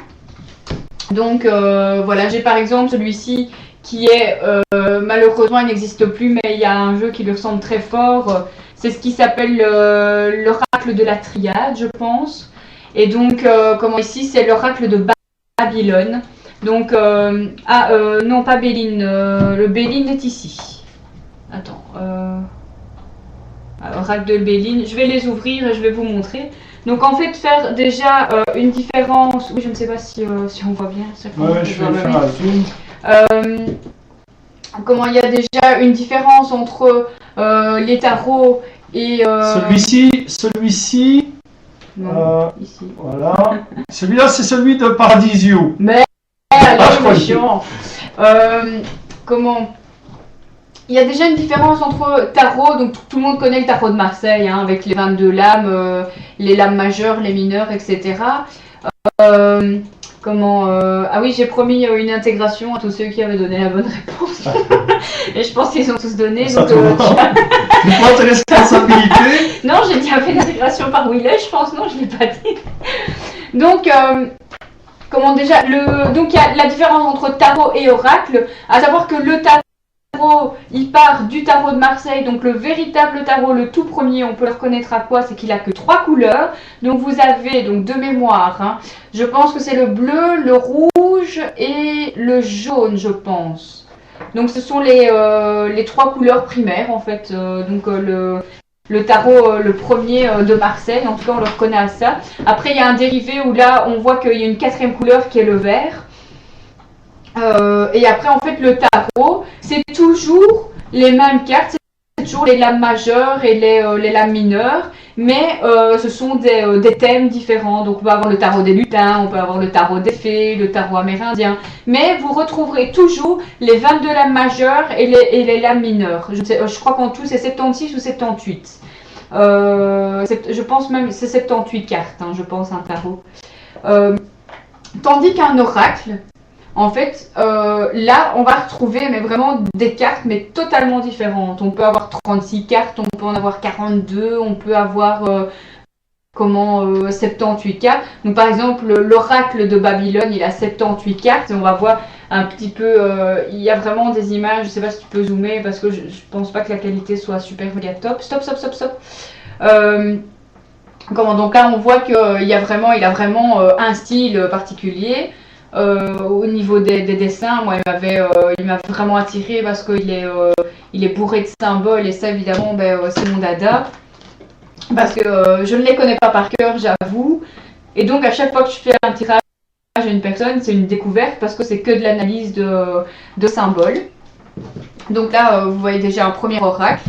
Alors ici on a l'oracle des fées de Mademoiselle Lenormand. Donc je pense que tout le monde connaît Mademoiselle Lenormand. Je ne l'ai pas pris ici parce que voilà, tout le monde le connaît, mais je voulais vous montrer un peu une autre version. Donc c'est le jeu de Mademoiselle Lenormand, mais avec des fées. Donc c'est le thème des fées. Donc les numéros, vous retrouverez que les numéros sont les mêmes. La référence aux jeux de cartes traditionnels sont les mêmes aussi. Il y a juste vraiment les images et l'esthétique du jeu en fait qui va vraiment. Voilà, ça c'est le verso de la carte par exemple. Ça c'est très fille, hein, c'est très girly comme jeu. Franchement, je me dis ce jeu-là, il manque plus que les tranches argentées avec des baguettes et il était vraiment parfait avec une petite musique qui fait comme ça. Et le jeu a vraiment été super génial. Donc on va regarder la carte de l'amoureux par exemple. Voilà, je trouve que elle est super belle. Maintenant, c'est vraiment une question de goût. Voilà, ça fait un peu Barbie, c'est vrai. Donc, c'est un peu Barbie fait les cartes. Donc voilà, donc ça, c'est un exemple. Donc, le choix d'un jeu de cartes, c'est vraiment c'est un coup de foudre, en fait. Donc là, par exemple, j'ai été attirée aussi par la boîte, simplement la boîte. Puis voilà, je regarde derrière un peu ce qui est noté dessus, je vois que les cartes ont l'air belles, donc je demande gentiment au monsieur de m'ouvrir le paquet, voir si je peux regarder les cartes. Et là je découvre que les tranches sont en or et qu'elles brillent. Donc voilà. Donc il y a vraiment toutes... voilà, quelle coïncidence. Ça c'est pour Chouchouk, la première carte que je retourne. Donc ça, si on n'a pas une personne particulière présente avec nous, je ne sais pas ce que ça veut dire. Donc... Comment là par exemple c'est un oracle avec comment donc c'est l'oracle du messager alors paradisio. Pourquoi? Ben, parce que on va retrouver des animaux. Donc ici par exemple on a une coccinelle. Il n'y a pas que des animaux, il y a aussi des éléments de la nature. Donc c'est un jeu aussi qui est assez. Ça je dirais que c'est un jeu mix. C'est pas vraiment un jeu de filles ni un jeu de garçons. Enfin quand même, je pense qu'il n'y a pas de jeu de filles ni de garçons. C'est une question de goût. Il y a des garçons qui adorent les fées. Donc voilà, il est vraiment. Et alors en dessous, il y a une petite phrase. Et généralement, en fait, pour faire la différence, grosso modo, le tarot, c'est le tarot avec les arcanes, etc. Ça, je le répète. Et l'oracle, on va dire que c'est quelqu'un qui décide d'inventer un jeu. Donc moi, je vais sortir un jeu. Ça ne sera pas une interprétation du tarot, mais ça va être, par exemple, le jeu du Petit Prince, là, que j'ai dessiné. Ben, on va l'appeler par exemple l'oracle de quelque chose. Donc ça, vous pouvez déjà vous y retrouver au magasin. Ici, l'oracle de Béline, c'est un très connu aussi et c'est assez vieux comme jeu. Et ça, généralement, il change. Voilà, l'oracle de Béline, il n'y a pas. En fait, un oracle, on ne trouvera pas deux versions du même oracle. Bon, il y a Mademoiselle Lenormand qui change un peu parce que c'est un jeu super connu. Donc forcément, il y a des versions différentes. Ben, l'oracle de Béline, ça sera toujours le même. Ce sont des dessins très très simples, l'oracle de Béline. Généralement, ça se lit par 2 ou 3 cartes. C'est un des jeux les plus simples. Et je pense que par rapport à l'époque à laquelle le jeu a été créé, les dessins ils n'ont pas bougé, ça se voit. Je sais pas très simple. Voilà, je sais pas si tu peux zoomer un petit peu. Je pense que c'est quand même des dessins relativement simples. C'est très simple en fait, oui. Il y en a beaucoup. Enfin, l'oracle de Béline, où on aime ou on n'aime pas. Alors généralement, attendez, parce que je suis en miroir, je suis désolée, on voit ici, il y a toujours un symbole qui a rapport avec une planète. Donc ça c'est pour ceux qui s'y connaissent un peu en astrologie, parce que ça peut aider aussi. Je vais peut-être donner un autre exemple. Voilà, regardez ici, on a une espèce de... Je ne sais pas, hein, je connais pas les par cœur, je ne connais pas par cœur les symboles en rapport avec la planète. Ça, je pense que c'est Mars, évidemment, parce que c'est le symbole masculin. Et alors ça, c'est Vénus. C'est les deux seuls que je retiens, en fait. Donc voilà. Et les dessins sont très simples et on voit qu'ils ont un peu un style moyenâgeux, comme ça. Tout à fait. Donc voilà, ça, c'est vraiment un jeu authentique. Mais voilà, en fait... On aime ou on n'aime pas. Hein. C'est comme généralement une personne qui n'aime pas le tarot, il va avoir plein d'oracles. Et une personne qui aime pas trop les oracles, ou alors on en a un ou deux. Moi personnellement j'aime bien, mais je suis plus attirée vraiment par les images. C'est un peu comme les enfants qui posent un jouet, hein, t'es attiré par la boîte. Et mais on peut faire soi-même ces cartes. Voilà, c'est ce que j'ai dit tout à l'heure. Le plus intéressant pour moi, c'est de faire ces cartes soi-même. Parce que comment s'approprier un jeu, la manière est simple, c'est de simplement nous décrire ce qu'on ressent sur chaque carte, en fait. Est-ce que tu préconises de faire d'abord 10 cartes, bien les dominer, repasser à 10 cartes supplémentaires, bien les dominer et ainsi de suite, ou de faire toutes tes cartes d'une fois? Moi, je pense que c'est une question de choix. Si on est inspiré, qu'on a envie de faire 36 cartes d'un coup, alors je pense que c'est super rare d'en arriver à ce point-là. Moi, les cartes que j'ai fait, je pense j'en ai 10 et j'ai quand même mis presque une semaine à les faire. Donc, quand tu utilises les cartes de bistrot, tu n'en as pas beaucoup, tu en as une dizaine, une quinzaine maximum. Oui, les cartes, oui, c'est ça, c'est une dizaine. Donc moi, oui, je préconise le fait de...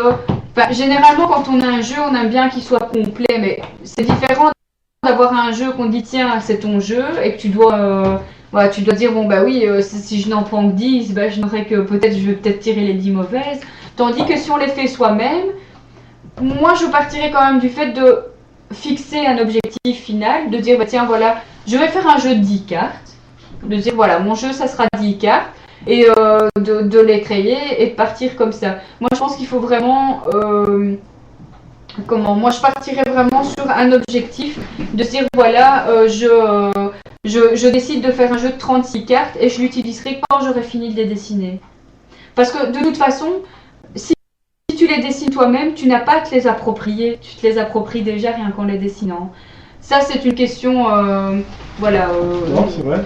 Moi, je partirais vraiment de dire, parce que voilà, tu vas gérer 10 cartes, tu vas t'habituer, il y aura des ambiances différentes, et puis tu vas venir en rajouter 10 qui vont chambouler toutes tes significations. Donc moi, je partirais dans la création du jeu, même si, même si ça prend plus de temps, ça vaut la peine, parce que tout ce que vous allez mettre vraiment dans le dessin, les couleurs, etc., ça aura une signification bien précise. Et ça coûte rien, vous achetez un bloc de papier dessin, vous les faites plastifier et c'est fait, vous choisissez le format que vous voulez. Donc voilà, ça c'est ce que je conseille vraiment à tout le monde. Voilà pour ce soir au niveau de la présentation. Alors évidemment, vous trouverez sur la page Destinologie beaucoup d'autres supports, notamment Willès va sûrement aussi participer à la création de la page parce qu'elle vient d'être ouverte. Donc ça, c'est à vous aussi, je compte sur vous pour venir la compléter avec vos questions. Avec, Tu sais nous rappeler un peu ce qu'est Destinologie? La Destinologie, en fait, donc par le thème, c'est vraiment l'étude du destin. Donc voilà, Destinologie. Mais c'est vraiment... Donc, on va dire qu'on va plus procéder à un coaching en destinologie. Donc, à savoir, on va permettre aux gens donc de trouver leur support. Donc, il faut savoir aussi qu'un support. Donc, vous avez vu ici, je vous en ai présenté 6-7, je ne sais plus, le dessin, la peinture, les cartes, le pendule, les pierres, la mare de café. Enfin, j'ai oublié aussi la chiromancie, ça c'est aussi génial. Enfin, il y en a qui disent chiromancie, d'autres chiromancie. Je me suis renseignée sur la prononciation, c'est chiro. Donc ça, ce sont les lignes de la main. Donc ça aussi, ça a toute une signification. Ça, je prendrai vraiment une conférence complète aussi pour en parler parce que c'est tellement...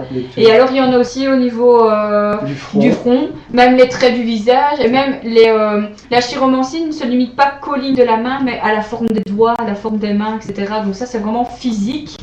Donc il y a aussi l'étude du comportement, comment on va réagir, est-ce qu'on va se porter comme ça, est-ce qu'on va se mettre ainsi. Donc ça, c'est vraiment toute une question d'analyse.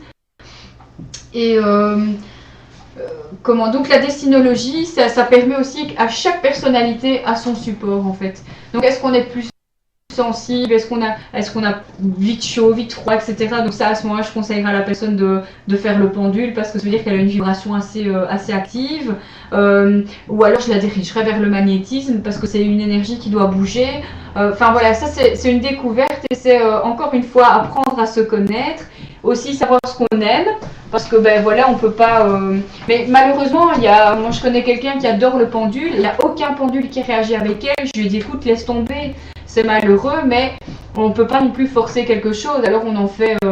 Encore une fois, ça devient de l'autosuggestion. Et on est déçu de plus en plus. Et après, on est de plus en plus déçu parce qu'on s'aperçoit que ce qu'on dit, ça vaut rien, quoi. Donc autant, c'est vrai qu'il y a déjà une question de goût, de choix. Et après, il y a une question de personnalité et de, chacun une spécialisation bien précise. Chacun fait un métier différent. Donc ça, c'est un exemple banal. Chacun fait un métier différent, chacun a une spécialité.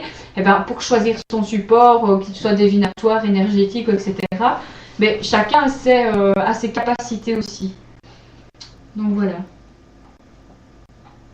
En gros, ce qu'est la destinologie. Alors donc, comme je vous disais, je vous invite vraiment à le nourrir avec des dessins. Donc, à la limite, faites vos dessins intuitifs. Je serais vraiment heureuse de les analyser parce que j'adore ça.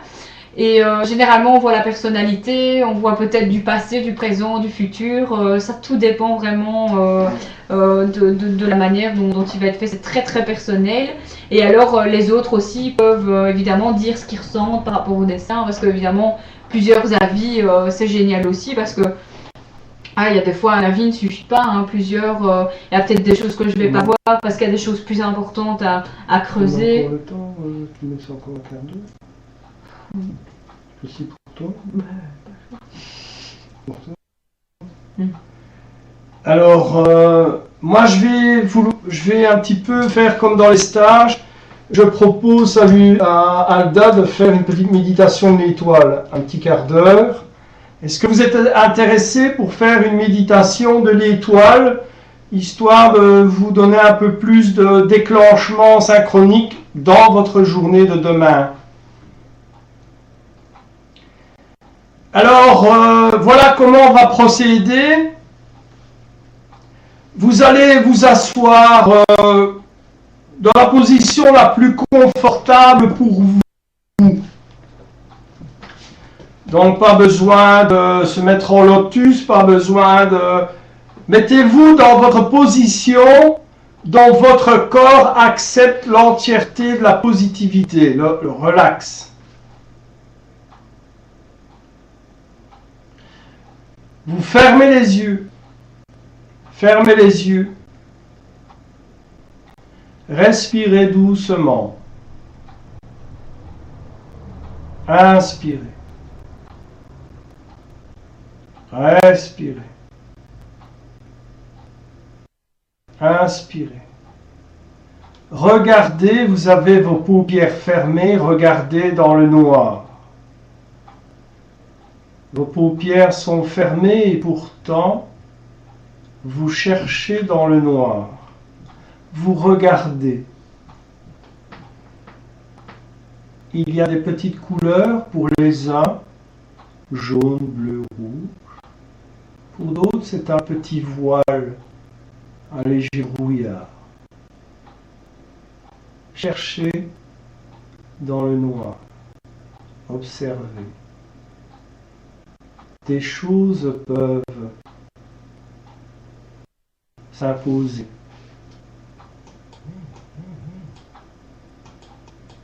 Observez dans le noir. Observez dans le noir. Les couleurs disparaissent. Le brouillard légèrement s'éteint. Y a-t-il un symbole, un parent, un enfant, un événement qui se présente à vous, légèrement, tout léger?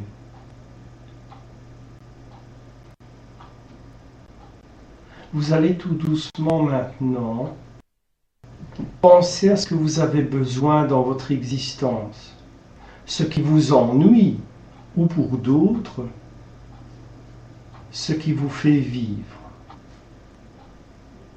Vous allez prendre tout ça avec votre main, que ce soit la gauche ou la droite. Saisissez dans le noir cet ensemble, le symbole, le parent, ou encore ce que vous voulez de votre existence et attrapez-le dans la main. Serrez votre main, serrez très fort et dites-vous que votre vie reprend son cours. Serrez très fort la main, laissez les yeux fermés. Gardez maintenant le poing fermé et dites-vous demain, de nouvelles choses vont m'arriver. Une forme de synchronicité. Relâchez la main doucement, laissez partir tout ce que vous tenez dans cette main.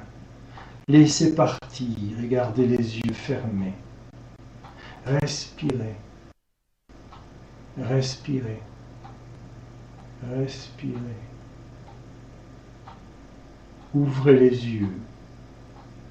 Calmement. Voilà, nous avons terminé ce soir. Je donne le dernier mot à notre ami Alda. J'ai plus qu'un mot alors. Ricard. Voilà, j'espère que ce petit entraînement, mais très très léger, vous donnera. Je vous conseille demain d'être très attentif s'il y a déjà des petits moments de synchronicité, des petites choses que vous attendiez pas. Ou on va faire souvent ce travail, vous allez voir qu'il va se passer des choses. Ici, c'est préparatoire. Je pense qu'on peut vous donner rendez-vous jeudi prochain ou vendredi, jeudi Non, jeudi. Ouais. Ce sera jeudi prochain pour une autre. Ne vous inquiétez pas, vous aurez encore des épisodes de Human Theory. Je vous en ai préparé 5 extraordinaires. Un vrai cordon bleu. elle a vu les petites vidéos. Elles sont vraiment magnifiques, mais vous aurez aussi, avec Alda, des petits cours Epsilon 5 qui vont vous ouvrir pas mal de choses. Un grand merci à tout le monde. Excellente soirée, excellente fin de semaine, un super bon week-end. Que toutes les choses bonnes vous arrivent, c'est important. Et je laisse la parole, bien sûr, à notre ami Alda. Ben voilà, comme d'habitude, je vous remercie tous de votre présence. Merci Audrey d'avoir partagé la page de Radio Ripe. Donc n'oubliez pas qu'on a cette page-là aussi où toutes les activités de Radio Ripe, ASBL, Alpha Medium, etc. se trouveront dessus. N'hésitez pas aussi à venir aimer, intégrer, à demander une adhésion au groupe, le nouveau groupe Dessinologie, et y partager vos dessins intuitifs, vos questions concernant vos supports, etc. On a vraiment une équipe qui permettra d'y répondre. Donc voilà, je vous remercie. On est monté à, je pense, 20 auditeurs ce soir. Donc c'est vraiment chouette pour un jeudi soir, c'est bien. Donc je vous souhaite bon courage pour terminer la semaine. C'est bientôt le week-end. Pour ceux qui ne travaillent pas le week-end, c'est congé. Et d'autres qui doivent attendre jusqu'au dimanche. Donc bon courage. Merci Angel pour la surveillance. Et merci à tous. Et rendez-vous jeudi prochain donc pour un nouvel épisode de Human Theory avec un petit cours, la petite demi-heure, Epsilon 5, en fin de soirée ou en début de soirée, ça c'est comme, on verra si vous êtes fatigué ou si vous voulez continuer. Si vous êtes ça Voilà, seulement si vous êtes ça.